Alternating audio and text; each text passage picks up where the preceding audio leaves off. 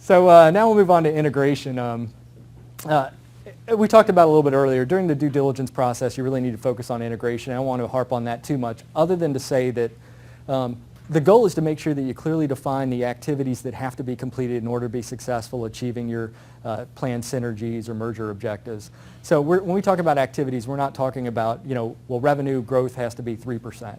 It needs to be, what are the products that we're going to sell to the class of customers that we didn't serve before that are going to generate those returns? Who's going to own the responsibility for executing that integration plan? What's the timeline? How much are we going to generate in quarterly sales? And perhaps most importantly, how are you going to track it? The biggest issue that I had when I was in industry was trying to monitor all of our progress, and we were dealing with the integration of 8 companies.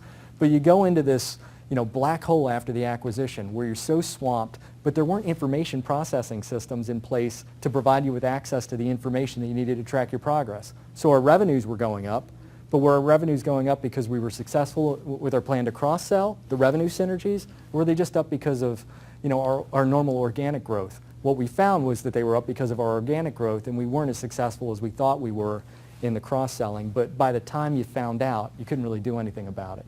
So it's important to make sure that you think about your objectives, who's responsible, but make sure that you have some process in place to track. Integration shouldn't be a part-time task. Again, I saw, everybody laughed when I said whether you have a lot of time on your hands to sit around and do nothing. It might be worth your while to bring in somebody who has experience with integration to manage that process over a 3, 6, 9-month, 12-month period. Again, that's when you talk about an acquisition that gets up into the millions of dollars, that's a relatively small investment to make sure that you get off on the right foot. It just can't be a part-time job. The other issue is you're going to need to prioritize your integration objectives. No matter how good you are, well, actually, has anybody here ever achieved everything that they expected to out of an acquisition? I never have. Yeah, I'm glad. Somebody else, I was going to tell you come up here and teach if you had. But you're going to fail, okay? And some of the statistics we showed earlier indicated that, the failure rates in M&A. What you want to do is make sure that you're successful at the most important things. And this is intuitive, but the best way to do it is actually sit down and brainstorm about what your integration objectives are. And I have a very simplistic exercise. It is very simplistic. But the goal is to prioritize based on the impact to the organization, the combined organization, versus the effort required to achieve that impact. In this hypothetical scenario, we have 4 objectives.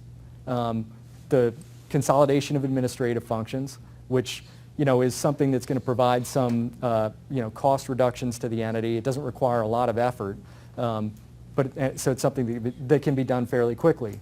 We have a goal of consolidating facilities, manufacturing facilities. So that's going to require a lot of work, right? We're going to have to close down plants. We're going to have to move machines. We may have to deal with labor force issues. That's going to require a lot of effort.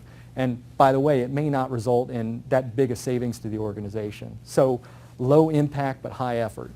Then in the upper left quadrant, we have existing products to current customers. So we have products that are already in production that we think we can sell to a new class of customers that we acquired through this acquisition. Well, it doesn't require any R&D, right? All it requires is training my sales force and making sure that they're out marketing those products. So that's something that in our judgment we say is a high impact activity, and it requires very little effort, basically training our distribution force. But off in the far right quadrant, we have what we view as sort of the grand slam. We bought this business. It had R&D efforts for some new products that are still under development, and if they come to fruition, it's going to change the landscape of our combined business. It requires a lot of effort because R&D is ongoing. You may have to develop a new distribution model to get those products out to your customers, and there's risk in that process, but the impact could be really high. So who wants to guess where you would start first? Which ones would be most important to you? Upper left, exactly. Now, I think I actually have I'm not sure which one's going to highlight first, but hey, there you go. So you want to start upper left, right? They're the things that have a big impact. Those are home runs, and they're things that you can clearly demonstrate to your stakeholders, your employees, the seller management team members that you're trying to get on board that, look, this was a good idea. It wasn't pie in the sky. We're successful.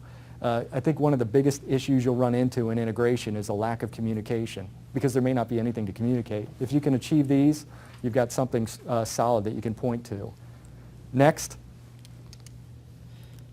Probably say the bottom left. I mean, it's something that, again, it doesn't require a lot of effort. It's going to result in some accretion to the existing shareholders right out of the gate.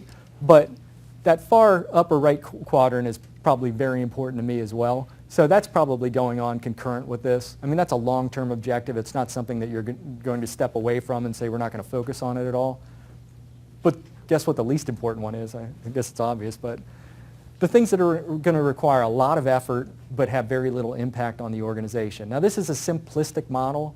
When you sketch out your integration objectives, you're probably going to have 25 different objectives, and some of them may be close to others. But the important point is to make sure you get them in sort of the right quadrants, and make sure that you devote most of your time and energy over here on the left side in that upper right quadrant, and don't get bogged down on these other ones. You want to maximize the probability of being successful in things that are going to have the highest impact on your organization going forward.